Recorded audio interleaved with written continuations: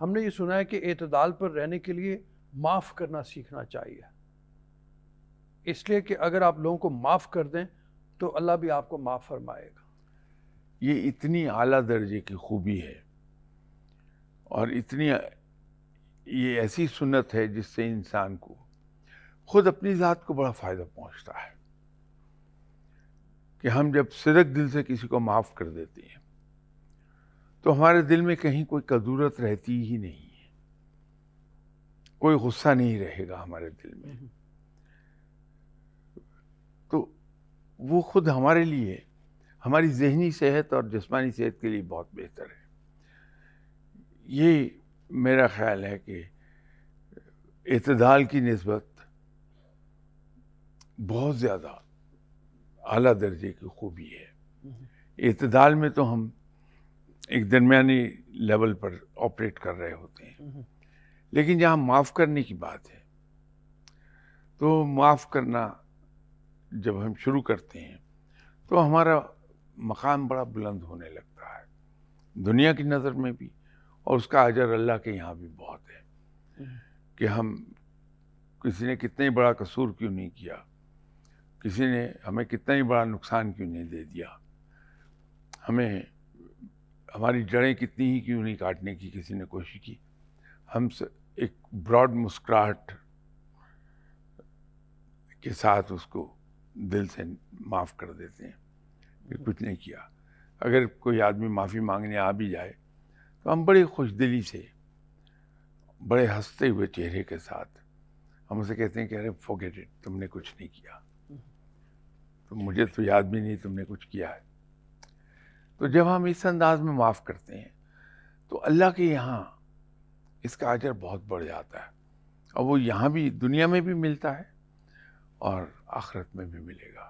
یہ فرمائیے، یہ جو اس حوالے سے اگر دیکھا جائے تو حسد، کینہ جس کا ذکر آپ نے ابھی کیا، بھی ہم دوسرے کو دیکھ کے جیلس ہو جاتے ہیں، تو یہ سارے شیطانی وصف ہیں، یہ پھر اندر وسوسے کی طرف جگہ بناتے ہیں، جس کا نقصان ایک طرف تو خود اپنی ذات کو ہوتا ہے، دوسرے کو تو شاید کوئی نقصان نہیں ہوتا ہوگا میرے خیال میں اس کا، اور اگر ہم چلے جاتے ہیں کسی ایسے آدمی کے پاس جو جادو ٹونے ان کے اندر، تو اس میں آپ اس کی ذات کو بھی نقصان پہنچا رہے ہیں لیکن اپنے آپ کو بھی نقصان پہنچا رہے ہیں۔ یہ اصل میں وہ علائشیں ہیں ہمارے دل کی جو دل کو صاف نہیں، پاک نہیں رہنے دیتی۔ یہ محاورتاً پاک و صاف ہم لفظ استعمال کرتے ہیں، جی، وہ اس کے اندر صفائی نہیں آتی۔ رب تعالیٰ بہت پاک و صاف ہے، بہت ہی نفاست پسند ہے رب، تو ایسا دل جس کے اندر علائشیں ہوں گی وہاں رب نہیں رہے گا۔ تو یہ ضروری ہے ہمارے لیے کہ ہم یہ چاہیں کہ ہمارے دل میں رب رہے، کہ ہمارا دل ان تمام علائشوں سے پاک ہو جائے۔ ایک اور بڑی ڈیمیجنگ علائش ہے ہرس۔ وہ ہرس جو ہے وہ کئی طرح کی ہوتی ہے، حتیٰ کہ ہرس الکلام جو ہے وہ بھی علائش ہے، ہرس الطعام بھی علائش ہے۔ تو ان سے دور رہنا بہتر ہے، ان سے ہمیں صاف اپنے آپ کو کر لینا چاہیے۔ اس سے یہ جو آپ نے فرمایا کہ جب ہم کسی سے حسد کرتے ہیں تو پھر ہم دوسری راہوں پر جاتے ہیں،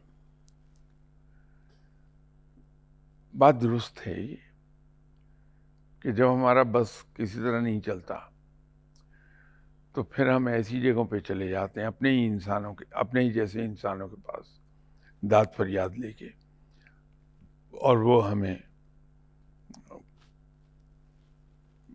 کچھ عملیات بتا دیں، کچھ کر دیں، وہ انسان کو کسی اور طرف لے جائیں گی، پھر اس شخص کے اندر قوت ارادی کی کمی ہو جائے گی،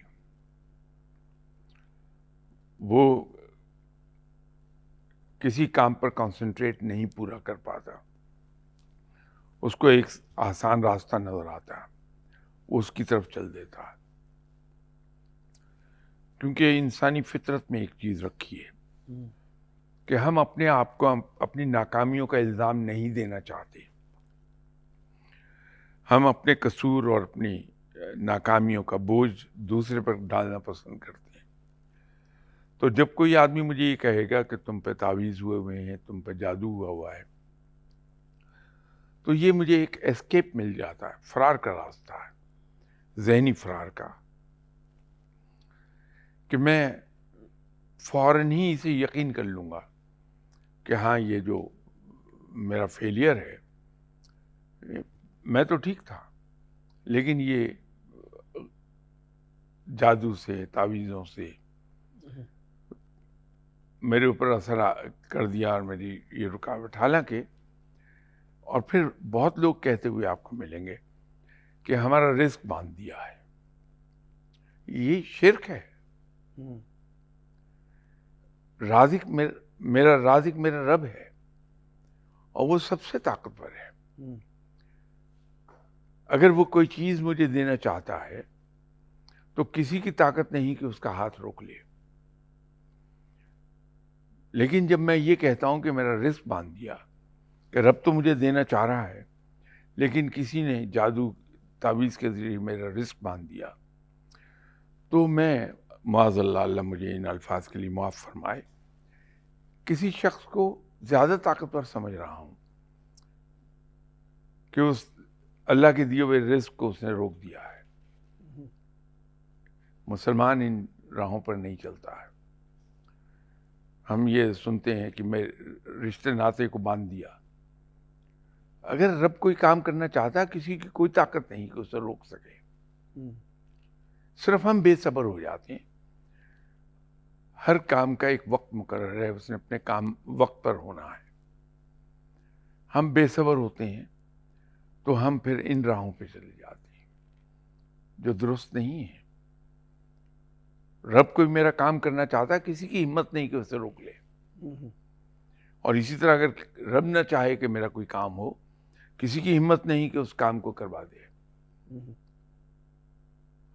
میرے ذہن میں یہ بات بڑی کلیئر رہنی چاہیے۔ ٹھیک ہے شاہ صاحب، ایک چھوٹی سی بریک کے لیے اجازت دیجیے، بریک کے بعد دوبارہ حاضر ہوتے ہیں۔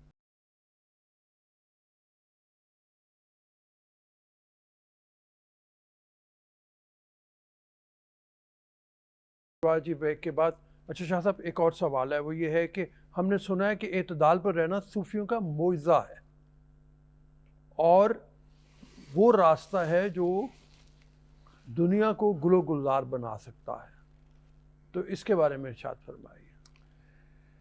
دیکھیے، وہ آدمی جو سنت پہ عمل کرتا ہے، اس کا صرف ایک یہی رویہ اعتدال کا معجزہ نہیں ہے، اس کی ساری زندگی ہی آپ معجزہ گن سکتے ہیں۔ اب اس میں وہ کیا کر رہا ہے، یہ اصل میں معجزہ آپ صلی اللہ علیہ وسلم کی حیات طیبہ کا ہے، ٹھیک، جس کو وہ فالو کر رہا ہے، کہ وہ زیادہ اونچی آواز میں نہیں بولتا اور اتنا دھیما بھی نہیں بولتا کہ دوسروں کو سمجھ ہی نہ آئے۔ اس کا لب و لہجہ بڑا پیار بھرا ہوتا ہے، بہت پولائٹ۔ وہ ایسی بات نہیں کہتا جس سے کسی کا دل دکھ جائے،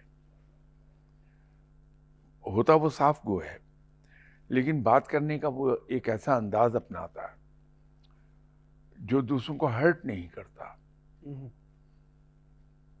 سنت ہے یہ۔ ٹھیک ہے،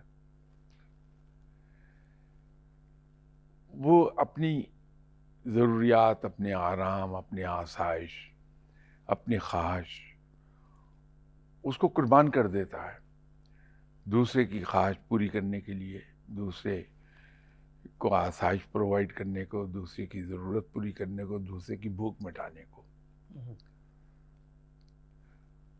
اس کے یہ رویے ہیں زندگی کے۔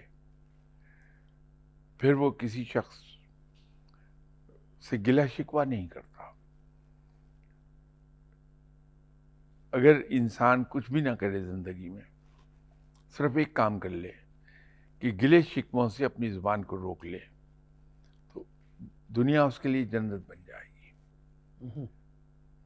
تو یہ جو فقیر کی زندگی ہمیں اتنی اچھی لگتی ہے وہ صرف اس لیے ہے کہ وہ کچھ بھی نہیں کر رہا, صرف سنت پر عمل کر رہا ہے. تو جب کوئی فقیر اس پہ عمل کرے گا تو وہ تو لوگوں کے دلوں میں بسنے لگے گا. معجزہ اسی کو کہیں گا. اسی کو آپ معجزہ, مجھ جیسا انسان جو پڑھا لکھا نہیں ہے, گناہوں میں ڈوبا ہے, میں تو اس کو معجزہ ہی گنوں گا کیونکہ وہ میرے بس کا نہیں ہے. تو میں اس کو معجزہ کہہ کے اپنی ایک بچت کی راہ نکال لوں گا. ٹھیک ہے. ویسے اس میں یہ لفظ جو ہے, اس کو جن صاحب نے سوال پوچھا, جی ان کی خدمت میں ایک گزارش کر دوں کہ معجزہ ہر وہ خلاف عادت کام اگر پیغمبر سے سرزد ہوگی تو وہ معجزہ کہلائے گا, لیکن اگر فقیر سے ہوگی تو وہ کرامت کہلائے گی. ٹھیک ہے. تو اس لفظ کو ہم معجزے کی بجائے اگر کرامت کہیں تو زیادہ مناسب ہو جائے گا. شاہ صاحب ایسے دیکھیے کہ اللہ تعالیٰ نے جو دنیا جیسے بنائی ہے, اگر ہم اعتدال کے حوالے سے دیکھیں, اللہ تعالیٰ نے اس کو بنا بھی ہمارے لیے اسی طرح سے دیا ہے. یعنی ہمیں روزہ رکھنے کا کہا گیا ہے, فرض کیا گیا ہے, لیکن اس کے ساتھ یہ ہوا کہ اعتدال کے لیے اگر ہم سفر میں ہیں تو ہمیں کہا گیا کہ نہ رکھو, بعد میں مطلب کر لو. نماز ہے, اس کے بارے میں یہ ہے کہ ہم اگر سفر میں ہیں تو کم نماز ہم نے پڑھ لی, قصر کر لے, سفری نماز پڑھ لی, وہ بھی مطلب ہمیں, اور سفر جاری رکھا ہے. تو پوری کائنات کا نظام اور ہماری عبادات اور ہماری زندگی ہر چیز میں اس کو مطلب اللہ تعالیٰ نے بڑا بیلنس کر کے کیا. ہم خود ہی اپنا بیلنس خراب کر رہے ہیں. دیکھیے رب تعالیٰ اپنے بندوں کے لیے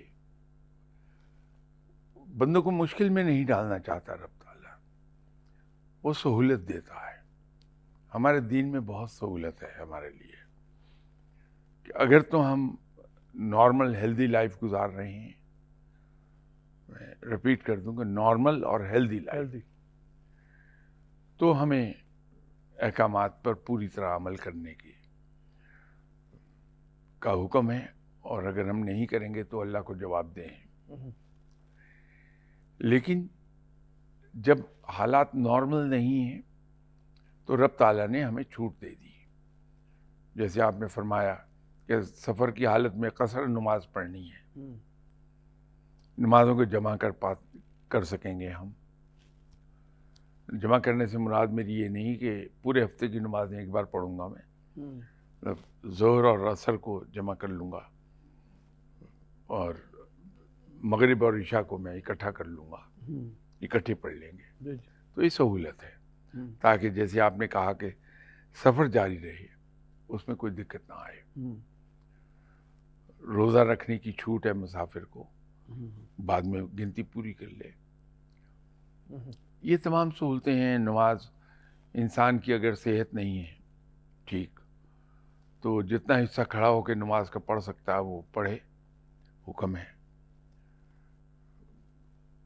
بغیر عذر کے بیٹھ کے نہیں پڑھنا ہے. تو عذر بھی اگر ہے تو اگر اس میں حالت قیام وہ کر سکتا تو وہ جتنی کھڑا ہو کے پڑھ سکتا ہے وہ پڑھے, باقی بیٹھ کے پڑھ لے, چھوٹ ہے. بیٹھ کے نماز نہیں پڑھ سکتا تو لیٹا لیٹا پڑھ لے, وہ نہیں پڑھ سکتا تو اشاروں سے پڑھ لے. جی جی, تو سہولت ہے.